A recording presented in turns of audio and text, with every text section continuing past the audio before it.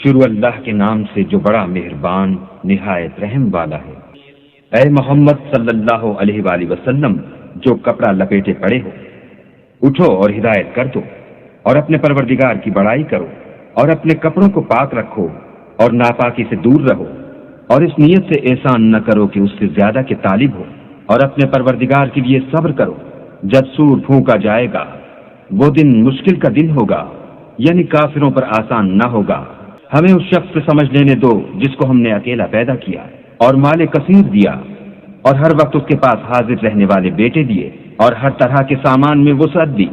ابھی خواہش رکھتا ہے کہ اور زیادہ دیں، ایسا ہرگز نہیں ہوگا۔ یہ ہماری آیتوں کا دشمن رہا ہے، ہم اسے صعود پر چڑھائیں گے۔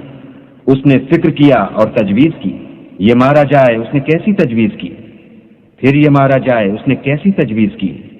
پھر تأمل کیا، پھر تیوری چڑھائی اور منہ بگاڑ دیا، پھر پشت پھیر کر چلا اور قبول حق سے غرور کیا، پھر کہنے لگا کہ یہ تو جادو ہے جو اگلوں سے متصل ہوتا آیا ہے، پھر بولا یہ اللہ کا کلام نہیں بلکہ بشر کا کلام ہے، ہم ان قریب اس کو سقر میں داخل کریں گے، اور تم کیا سمجھے کہ سقر کیا ہے؟ وہ آگ ہے کہ نہ باقی رکھے گی اور نہ چھوڑے گی، اور بدن کو جھلس کر سیاہ کر دے گی۔ اس پر 19 داروغہ ہیں، اور ہم نے دوزخ کے داروغہ فرشتے بنائے ہیں، اور ان کا شمار کافروں کی آزمائش کے لیے مقرر کیا ہے، اور اس لیے کہ اہل کتاب یقین کریں اور مومنوں کا ایمان اور زیادہ ہو، اور اہل کتاب اور مومن شک نہ لائیں، اور اس لیے کہ جن لوگوں کے دلوں میں نفاق کا مرض ہے اور جو کافر ہیں کہیں کہ اس مثال کے بیان کرنے سے اللہ کا مقصود کیا ہے۔ اسی طرح اللہ جس کو چاہتا ہے گمراہ کرتا ہے اور جس کو چاہتا ہے ہدایت دیتا ہے، اور تمہارے پروردگار کے لشکروں کو اس کے سوا کوئی نہیں جانتا، اور یہ تو بنی آدم کے لیے نصیحت ہے۔ ہاں ہاں، ہمیں چاند کی قسم، اور رات کی جب پیٹ پھیرنے لگے اور صبح کی جب روشن ہو، کہ وہ آگ ایک بہت بڑی آفت ہے، اور بنی آدم کے لیے موجب خوف، جو تم میں سے آگے بڑھنا چاہے یا پیچھے رہنا چاہے۔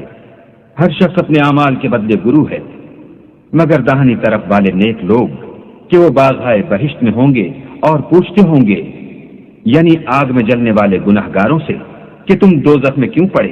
وہ جواب دیں گے کہ ہم نماز نہیں پڑھتے تھے اور نہ فقیروں کو کھانا کھلاتے تھے، اور اہل باطل کے ساتھ مل کر حق سے انکار کرتے تھے اور روز جزا کو جھٹلاتے تھے، یہاں تک کہ ہمیں موت آ گئی۔